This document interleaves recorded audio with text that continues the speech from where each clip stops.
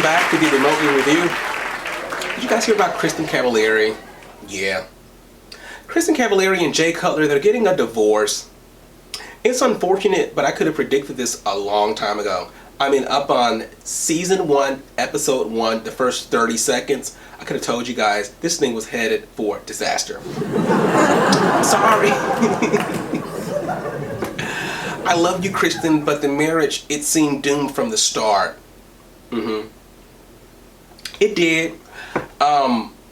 Jay Cutler, you guys know he's a retired football player. I'm not exactly sure why he retired so early.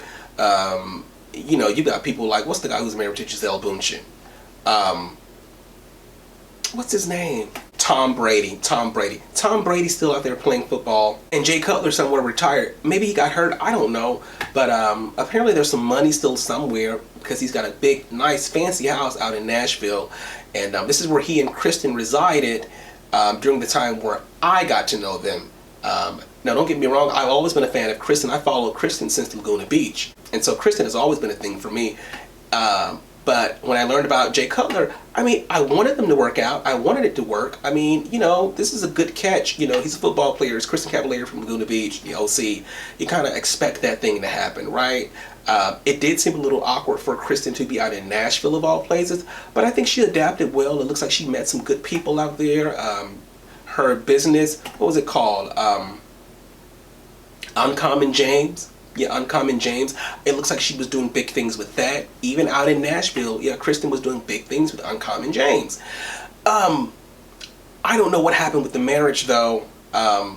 If you watch the show, episode after episode after episode, it just seemed as though the two of them did not have that energy that you expected to see between a couple. I mean, it was nothing like what a Jessica Simpson and a Nick Lachey was in their TV show. You know, it was nothing like that.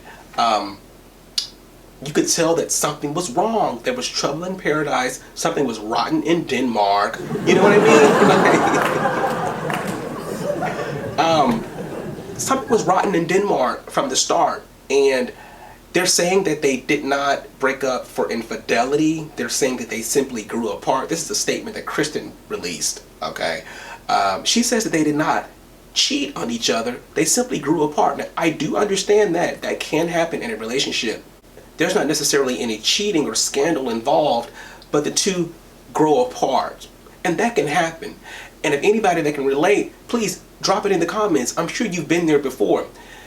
It's not that you hate this person. It's not that you want to go out and, see other people. It's just that you simply do not gel or bond or connect with that person the way that you used to. Instead of, constantly gelling together, you're actually doing this with one another.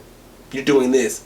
And it's obvious. And so somebody has to make the decision to save themselves, if not save the other person, and because the love is still genuine, the love is still true. It's just that you can't, you're not growing together anymore, you're growing apart. Now, who wants to stay involved in something like that? You know what I mean? You gotta let it go. Marriage is sacred, it's a holy kind of thing, we get it, but if it's not working, it's not working, And so I hope that the two of them can go on and co-parent together, because you guys know they have a child together. 1 or 2 children.